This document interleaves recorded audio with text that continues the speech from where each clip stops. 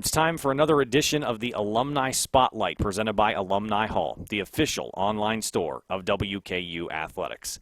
I'm Brett Williams, and today as we get ready for the Conference USA Tournament for WKU Volleyball in 2021, we turn the clock back to one of the original Hilltoppers under Travis Hudson, who really laid the groundwork for everything that has followed in this program from the class of 2000.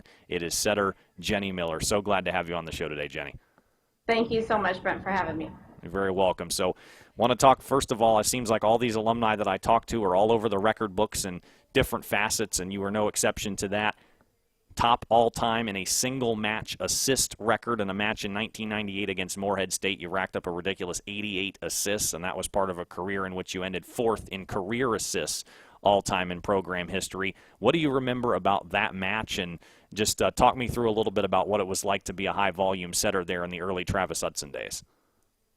Every day I sit back and I think I'm really glad that I went through the program when I did, because, so much has changed. And that, like when you bring up that, I can remember that match. It was super hot and diddle that day. And I've heard that it was back in the day. Back in the day. We had a huge rival with Morehead, and it was the marathon match. I think it went way over 2 hours, probably into 2.5, 3 hours long. And, we didn't play rally score, so it was point for point. So it was a very long match, but one that I kind of think when you look back at things, that was a big win for us over Morehead, who had beaten us, years in the past, and to get that win over them was pretty, kind of one of those other things that you're talking about, setting the ground for what fourth is now. Well, you mentioned the pre-rally scoring era, and Travis has alluded to that a few times in different platforms this season about what he called a true points, right, and having to score anytime that you controlled the serve. I haven't asked any alumni this yet, so I'll ask you this now. Talk me through what it was like playing that style and how you've seen the game evolved once the scoring style changed at the turn of the millennium.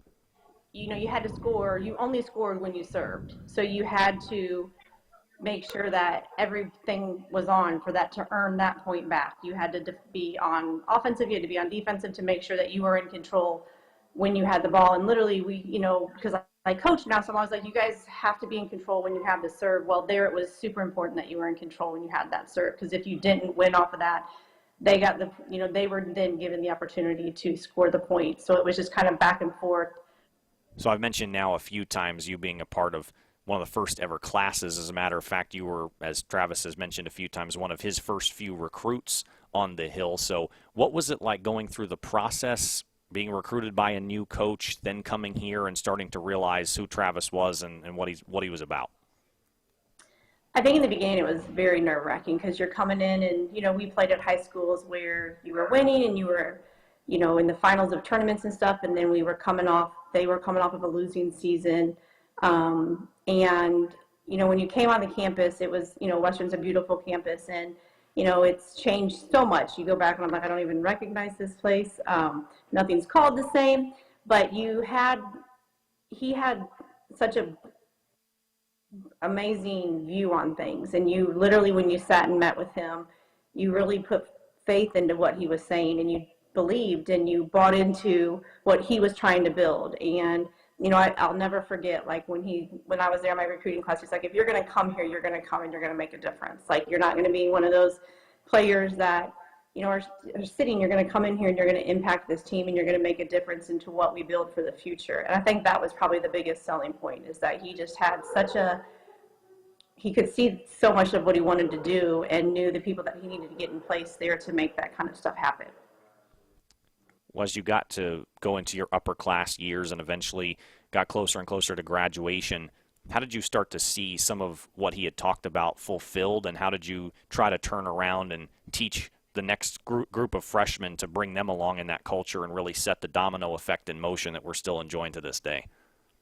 I mean, that was set by Travis. He instilled it into you every day in practice. And you saw, I think our first 2 years we had losing records, and then it turned. So you saw how quickly he was turning the programs, and you saw the type of caliber of players that he was bringing in, and he was really, truly, you watched it unfold, and as, a junior and senior, you're like, oh my gosh, he's bringing in players that could take my position. What's going on here? So that made you work harder, and that made you want to push the team to work harder so that we were all, working together to meet that goal that he had, because you wanted to play for Travis. And so, Jenni, let's continue this trend of talking about Travis Hudson, because I understand there's a couple of connections that you have. Of course, everybody, it seems, that has come through this program has a very special relationship with Travis, but there's a few ways that your relationship with him have really stood out. First of all, he's mentioned before that being that you were one of that first class of recruits that he has a tradition of calling you the night before every time the Hilltoppers get ready to play their first NCAA tournament match in any given season. When did that start, and what does that mean to you? It started when they went, because I think the first call was like, I don't know what to do. We haven't been here. What am I supposed to do? And I was like, what do you mean? What are you supposed to do? You're going to go win games. That's what you've done. And they were called games. You're going to go win matches now. That's what you're going to do. Like, don't call me, tell me you don't know what you do. You know what you're going to do. And it was just kind of a tradition that he and I had. And, I coach here in Lexington, Kentucky, and I, run the club here in Lexington, and that all came from Travis. Like, he made me want to become a coach because of how he impacted me so much. That's what I wanted to do for players that I'm coaching now. So, but it's just one of those traditions. It's pretty cool. I call him when I'm getting into my postseason play, and it's that last match, and we need to win this. And, he's kind of there for me. And we always joke because he's always like, I don't know why you're calling me. And then when he calls me, I'm like, I don't know why you're calling me, because we tend to call each other for that support to kind of get us through. I think it's just a calming factor, and it's more of a, like you said, we have always had a great relationship, and I cherish that, and I'm so thankful for that, because he's been such a huge role model and father figure in my life, and so many other players too, as you've heard. That it's just one of those special things that you really truly do look forward to. And I know last year when it was the COVID season, I was like, I have to stay up because Travis is going to call, and I've got to, I knew that I had to make sure that I was there for him like he's always been there for me. Yeah, I had to be prepared because all of those matches were pretty late at night, so it was a unique experience. And then the other thing, Travis mentioned this to me last night, that your second wedding is approaching, and apparently we've heard this before, Travis is going to be the officiant. How about that?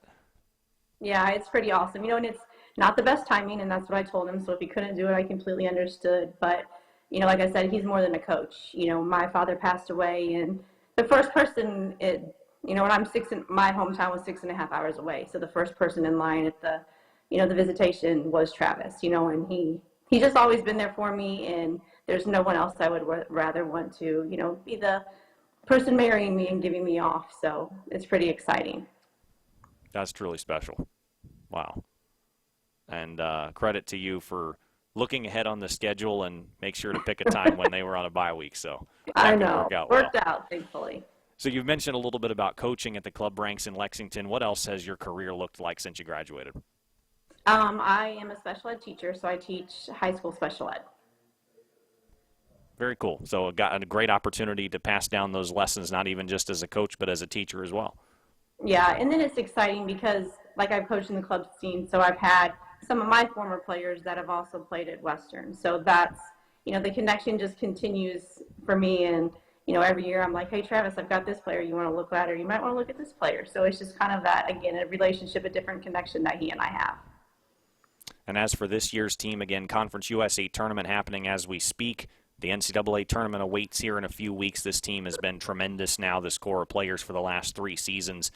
What would be your message to them as they try to finish what they've started, take this as high as they intend to here this fall?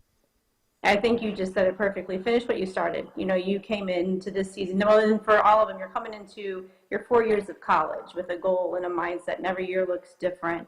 Finish what you started, leave it on the court. You don't get that time to come back. You're going to be us wishing that we were you guys. So just go out and give it your all, and when you walk off the court, your head always has to hang high because you gave it everything you had. And you certainly did as well. Jenni Miller, really appreciate your taking the time to join us here, and wishing you all the best. Enjoy your wedding, enjoy everything that follows, and appreciate you continuing to be as connected to this program as you've always been. Thank you. Thanks for having me.